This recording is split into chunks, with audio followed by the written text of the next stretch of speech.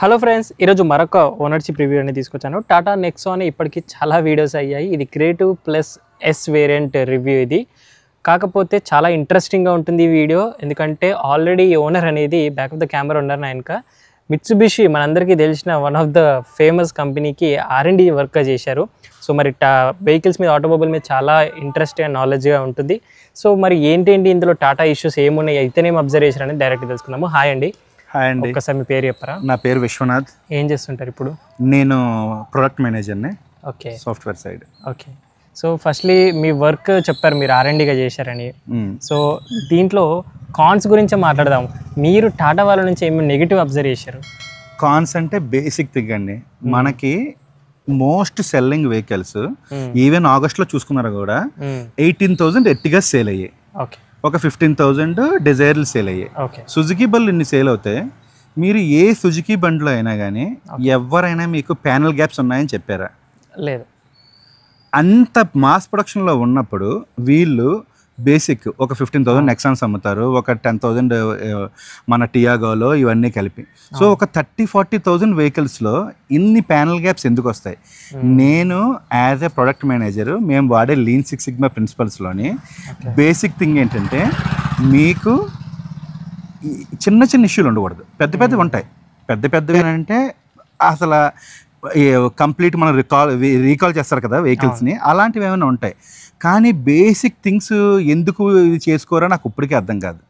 So అది basic కాన్. మీకు by default any Tata vehicle తీయండి, మీకు ప్యానల్ గ్యాప్స్ ఉంటాయి. అది ఎందుకు అని అంటే అది వాళ్ళ స్టైలా లేకపోతే వాళ్ళ యూఎస్పీయా, వాళ్ళకి అదే మేజర్ అడ్వాంటేజ్ అన్నది వాళ్ళే చెప్పాలి. సో ఫస్ట్లీ ఎన్ని కిలోమీటర్స్ తిరిగిందండి ఇది? 22,000 చేంజ్ తిరిగింది. పర్చేస్ ఎప్పుడు అన్నారు? ఇది మార్చ్ 2024.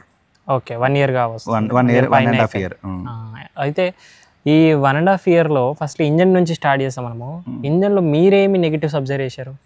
ఇంజన్లో ఇది one of the refined engine and one of the tested engine features from a very long time. Tata వాళ్ళ ఇంజన్ల గురించి జనాలకి చాలా అపోహలు ఉండొచ్చు. మీరు ఇప్పటికీ ఓలా, ఊబర్ ఏదైనా బుక్ చేసుకొని మీకు వెస్టా, ఇండికాలు కానీ వెస్టాలు కానీ వచ్చాయనంటే మీరు కళ్ళు మూసుకొని కూర్చున్నారనంటే అది ఆల్మోస్ట్ 5 lakhs 6 lakhs కిలోమీటర్స్ తిరిగిన వెహికల్. సో టాటా ఇంజిన్స్ పరంగా ఏ ప్రాబ్లం ఉండదు. లాంగ్ లాస్టింగ్ వెహికల్స్ చాలా మంది టొయోటా వెహికల్స్, మహీంద్రా వెరైటీలు మీరు చూస్తారు కదా, ఈ మేరు క్యాబ్స్, ఇవన్నీ ఇలాంటివి వెహికల్స్ ఉన్నాయి కాబట్టి దాంతోపాటు ఆన్ పార్ట్ టాటా ఇంజిన్స్ మంచివే. కాకపోతే వాడు చేసే మెయిన్ డిసడ్వాంటేజ్ ఎక్కడ ఉంటుందంటే ఐదర్ ట్యూనింగ్లో కానీ లేదనంటే proper integration with the current and modern trend, అక్కడ మిస్ అవుతారు. ఇది విషయం తెలిసిన తర్వాత మీరు మళ్ళీ టాటాకి ఎలా వెళ్ళారు మరి? చాలా మంది షోరూమ్కి వెళ్ళి కొనుక్కుంటారు కదండి కార్లు. నేను ఆన్లైన్లో కొనుక్కున్నాను. ఆన్లైన్లో కొనుక్కున్నానంటే చాలా మంది నమ్మరేమో. దీనికన్నా ముందు vehicle Suzuki Ertiga. Okay. Ertiga 7 seater. అది నా పర్పస్ కోసమే కొనుక్కున్నా. అది నాకు ఎంత కావాలంత సర్వీస్ చేసిన పాపం ఒక 60,000 తిరిగిన. ఈ వెహికల్ కావాలి అనుకున్నప్పుడు నాకు ఆన్లైన్లో ఎకో డ్రైవ్ అని ఒక వెబ్సైట్ ఉంటుంది. ఓకే. ఎకో డ్రైవ్లో మీరు వెళ్ళి లాగిన్ అయ్యి చూసుకుంటే మీకు రెడీలీ అవైలబుల్ వెహికల్స్ చూపిస్తుంది. మీకు 1 week డెలివరీ ఉన్నాయి, 15 days డెలివరీ ఉంది, 3 months డెలివరీ ఉంది, ఏదైనా. రెండోది ఎకో డ్రైవ్లో కొనుక్కుంటే మీకు ఇన్సూరెన్స్ ఆల్మోస్ట్ 50% మిగులుతుంది. ఓకే. సెకండ్, మీకు ఏ వేరియంట్ కావాలో ఆ వేరియంట్ ఎక్కడుందో మీకు వాళ్ళు చూపిస్తారు. ఓకే. సో పీడిఏ మీరు వెళ్ళి చేసుకున్నాక మీకు నచ్చితేనే మీరు ప్రొసీడ్ అవ్వచ్చు. ఓకే. మీరు షోరూమ్కి వెళ్ళారనుకోండి, మీకు ఒక సేల్స్ మ్యాన్ సార్ నెక్సాన్ ప్రైస్కే మీకు సఫారీ ఇస్తాను, లేకపోతే అదే ప్రైస్కి టియాగో పెద్ద మోడల్ ఇస్తాను, ఇలాగ ఏమైనా మిమ్మల్ని కనిపించలేదు. కానీ మీరు క్లారిటీగా ఉండి మీకు ఏం కావాలి అని కొనుక్కోవాలనుకుంటున్నారనంటే మీరు ఎకో డ్రైవ్లో ట్రై చేస్తే, అందరికీ తెలిసిన వాళ్ళైతే చేయండి. పీడిఏ మీరు సొంతంగా చేసుకోగలనుకుంటే. సో నేను ఏంటంటే ఒక మండే రోజు నేను రిక్వెస్ట్ పెట్టి పేమెంట్ చేసిన. పేమెంట్ చేసి మినిమం 11,000 15,000 అంతా పేమెంట్ చేయాలి, బుకింగ్ అమౌంట్. అది పేమెంట్ చేయగానే నాకు ఒక మెసేజ్ వచ్చింది అనమాట. సార్ మీకు నచ్చిన వేరియంట్, మీకు కావాల్సిన కలర్, మీకు కావాల్సిన వేరియంట్ తేజస్వి మోటార్స్ హైటెక్ సిటీలో ఉంది అని చెప్పేసి అని వెళ్ళాను. పీడిఏ చూసుకున్నా. నా అదృష్టం ఏంటంటే ఇది ముందు రోజే వచ్చింది వెహికల్. 4 kilometers driven. 4 kilometers అంటే నేను అనుకోవచ్చు లిటరల్గా అక్కడ బండి ఎక్కింది, ఇక్కడ బండి దిగింది. సో ఈ 4 kilometers డ్రైవ్ చేసిన వెహికల్ని నేను పీడిఏ చేసుకున్నా. నాకు ఏమేమి కావాలో అన్నీ ఉన్నాయి, ప్రాపర్గా ఓకే అన్న. వెన్స్డే వాళ్ళ పేపర్ వర్క్ కంప్లీట్ చేశారు, నాకు థర్స్డే డెలివరీ చేశారు. ఓకే. సో ఎవరైనా వెయిటింగ్ ఉంటుంది ఇవన్నీ అని అంటే నాకు కొంచెం నమ్మబుద్ధి అయ్యదు, ఎందుకంటే I got it for in just 3 days అనమాట. ఓకే. కరెక్ట్గా మీరు పెట్రోల్ డీజిల్ పెట్రోల్ అండి, ఎర్టిగా కూడా పెట్రోల్. ఓకే. 60,000 kilometers డ్రైవ్ చేసిన, అది కూడా ఒక 3.5 yearsలో. ఓకే. ఇది కూడా ఒక 1.5 yearలో ఒక 22,000 అయింది. So I mostly use vehicle for long drives అనమాట. So I'm not looking at mileage కానీ లేదంటే వేరే. It should be safe, it should be steady on road, it should protect my family, it should fulfil the primary reason అనమాట, taking me from here to there without any hiccups. అది నా primary requirement. ఈ విషయంలో టాటాని ఎందుకు చూస్ చేసుకున్నాం, competition ఈ సెగ్మెంట్లో చాలా వచ్చేసి. అవును. వెన్యూ, బ్రీజా, అవును, సోనెట్. సో ఎలా మరి నెక్సాన్? సో నేను చెప్పినా కదా, నాకు ఆన్లైన్లో ఫస్ట్ థింగ్ లెస్ దెన్ 1 weekలో టాటా బల్లే కనబడ్డాయి ఎక్కువ. Either they have mass production, నాకు వెన్యూ ఉంది, క్రెటా ఉంది, వేరే ఉన్నాయి ఇంచుమించు నా 5-seater ప్లాన్లో నా బడ్జెట్లో. కాకపోతే అవన్నీ 15 days షోరూమ్కి వెళ్ళినా కూడా సార్ ఎవరైనా క్యాన్సిల్ చేసుకుంటే మీకు చెప్తాము, 1 week కాదు కానీ ఒక 10 daysలో ట్రై చేస్తాం, 15 daysలో ట్రై చేస్తాం అన్నారు. అచ్చా, ఇది ఈ వేరియంట్ క్రియేటివ్ ప్లస్ ఎస్ అన్నారు కదా. క్రియేటివ్ ప్లస్ ఎస్ అంటే సన్ రూఫ్ వస్తుంది, ఇది క్రియేటివ్ ప్లస్ ఏఎంటీ. ఓకే. దీంట్లో ఫాగ్ ల్యాంప్స్ వస్తాయి అంటారా? ఫాగ్ ల్యాంప్స్ రావు, వేయించుకున్నా. ఫాగ్ ల్యాంప్స్ వేయించుకున్న తర్వాత మళ్ళీ ఈ ల్యాంప్స్ మధ్యలో ఒకటి కనిపిస్తుంది. ఎస్, ఇదేంటి హెడ్ లైట్స్ త్రో దీన్ని? ఫాగ్ ల్యాంప్స్ నేను లక్కీగా షోరూమ్ లోనే వేయించుకున్నా, వాడిచ్చిందే. సో ఈ ఎక్స్ట్రా ఫిట్టింగ్ ఏంటి అని అంటే, నేను ఒకసారి బెంగళూరు హైవే మీద వెళ్తున్నా, Bengaluru to Mysore highway. So ఈ ఫాగ్ ల్యాంప్స్, ఈ హెడ్ లైట్ ఉండగా కూడా నాకు రోడ్డు మీద అస్సలు కాన్ఫిడెన్స్ రాలే. నేను చాలా నన్ను ఓవర్టేక్ చేసుకున్న వెహికల్స్, వాల్వో బస్సులు అంటే నాకన్నా పెద్ద వెహికల్స్ లిటరల్ గా ఆ రోడ్డు మీద క్రూజ్ చేసుకుని వెళ్ళిపోతున్నాయి. సో నేను అనుకున్నా ఈ లైటింగ్ తో నాకు సాటిస్ఫాక్షన్ లేదని చెప్పి నేను ఎక్స్ట్రా లైట్స్ పెట్టించుకున్నా. అచ్చా, ఈ ఫుట్ బోర్డ్ వేయించారు కదా? అవును. ఇది అంటే కావాలన్నా లేదంటే కావాలన్నా, నాకు చిన్నపిల్లలు ఉన్నారు ఎక్కి తీయడానికి. ఇది 210 mm క్లియరెన్స్ ఇచ్చారు కదా, చాలా హైట్, అది ఎక్కి తీయడానికి ఉంటుంది. రెండోది, నేను ఎక్కువ చెప్పే కదా లాంగ్ ఆఫ్ రోడ్లు వెళ్తున్నప్పుడు ఈ బాడీ మీద డోర్లు పాడవకుండా బోర్డు ఎంత ఉన్నా కూడా అది కొంచెం ప్రొటెక్ట్ చేస్తుంది, ఈ 2 reasons వల్ల. ఓకే. గ్రౌండ్ క్లియరెన్స్ ఇష్యూ అయితే రాదు మనకి? లేదు, అదే పెట్టినాక కూడా. అచ్చా, మెయిన్ టాటా వాళ్ళ నుంచి ఇంకొకటి, ఈ స్క్రీన్ గురించి మన గ్లిచెస్ 1 yearలో కానీ హ్యాంగ్ అవ్వడం, ల్యాగ్ అవ్వడం, అది నేను కూడా చాలా మీ వీడియోస్లో చూసాను, చాలా మంది చెప్పడం చూసాను.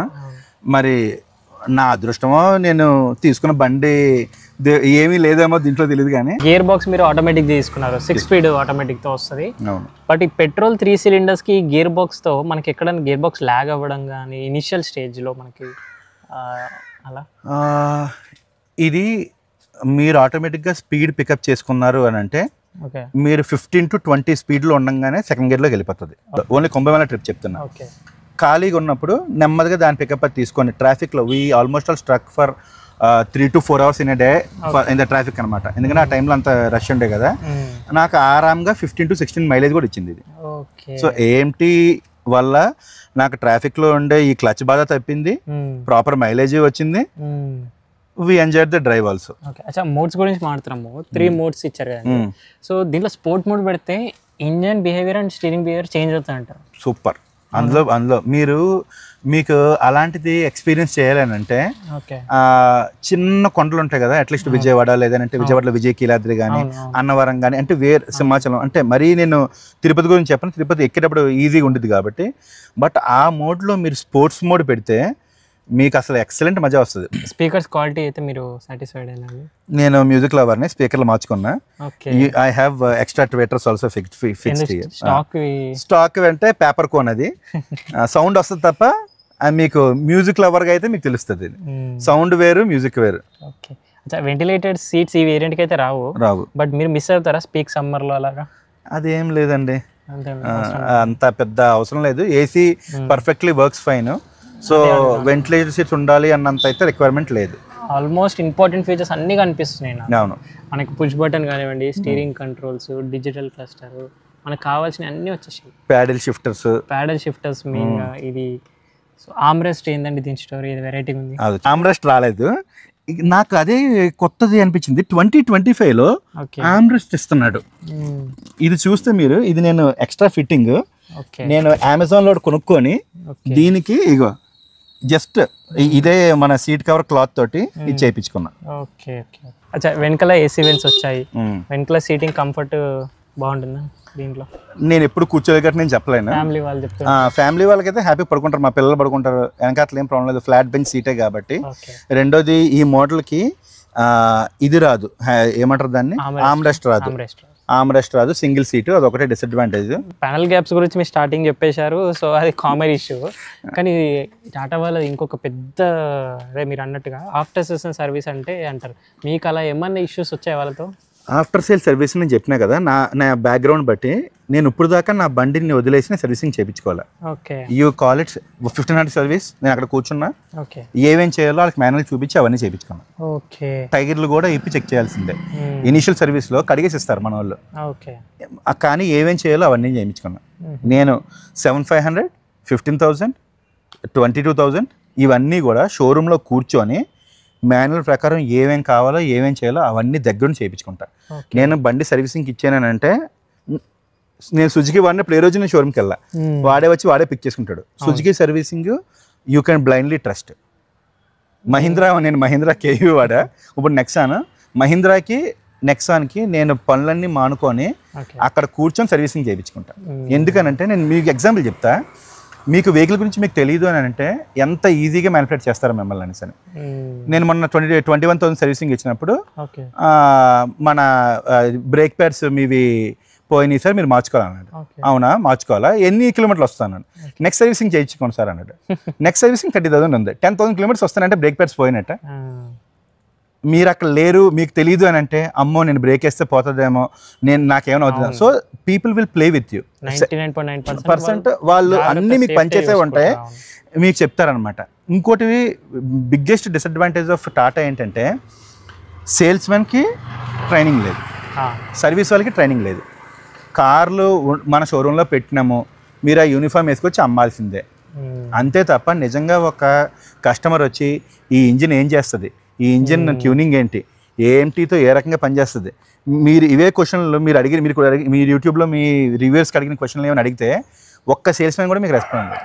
నేను ఒక సర్వీస్ సెంటర్కి వెళ్ళాను 75కి, నేను చేయించుకున్న దగ్గరుండి నాకు అర్థమైంది వీళ్ళకి జీరో నాలెడ్జ్ అని అర్థమైంది. తర్వాత సెకండ్ది మార్చిన, అక్కడ కొంచెం బెటర్ అనమాట, అంటే 0 నుంచి 20% నాలెడ్జ్ ఉంది వాళ్ళకి. మనం చెప్పింది విని, ఈ ఫస్ట్ వాళ్ళు మనం చెప్పింది వినడానికి కూడా రెడీ లేరు. సో సెకండ్ సర్వీస్ సెంటర్ వాళ్ళు, ఈయన వస్తే కస్టమర్ వస్తే కూర్చుంటాడని నా పైన రాస్తారు, కస్టమర్ సర్వీస్ చేస్తున్నప్పుడు చూస్తాడని చెప్పి పైన రాస్తారు. రాస్తే నేను వెళ్ళి దగ్గరుండి చూసుకుంటా. వాళ్ళు ఒకటే ఒక రిక్వెస్ట్ అడిగారు, సార్ మీరు వీడియోలు ఫోటోలు తీయకండి అంటే, నేను తీయను అంటే, నల్లస్ మీరు ఏం తప్పు చేస్తారో నేను తీస్తానని చెప్పిన ప్రూఫ్కి.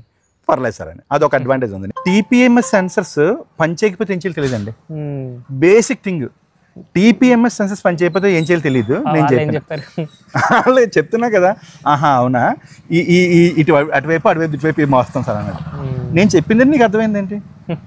టీపీఎంఎస్ సెన్సర్ పని చేయకపోతే ఈ టైర్ అటు మారుస్తారంట, ఆ టైర్ ఇటు మారుస్తారంట. లోపల ఉన్న సెన్సార్ పోతే ఆ సెన్సార్ అంటే చేంజ్ చేయాలి. వాళ్ళు ఏ స్టేజ్ లో ఉన్నారు, ఎక్స్పీరియన్స్డ్ గా ఉంటే, ఆటోమొబైల్లో కొంచెం ఎంతూజియాస్టిక్ గా ఉండి, ప్యాషనేట్ గా ఉండి, మన కార్స్ గురించి ఐడియా ఉంటే తప్పితే టాటా అండ్ మహీంద్రాకి వెళ్ళొద్దని ఓనర్ ద్వారా మళ్ళీ ప్రూవ్ అయింది.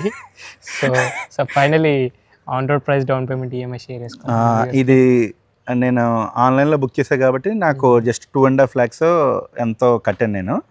అది ఆఫర్ కూడా ఇచ్చాడు, అంటే వాడే లోన్ కూడా ఇచ్చాడు అనమాట, ఇన్సూరెన్స్ తగ్గించి 50%. సో నాకు 4 years పెట్టుకున్నా, ఎక్కువ పెట్టుకోలేదు, 23,000 ఎంత వస్తుంది ఈఎంఐ.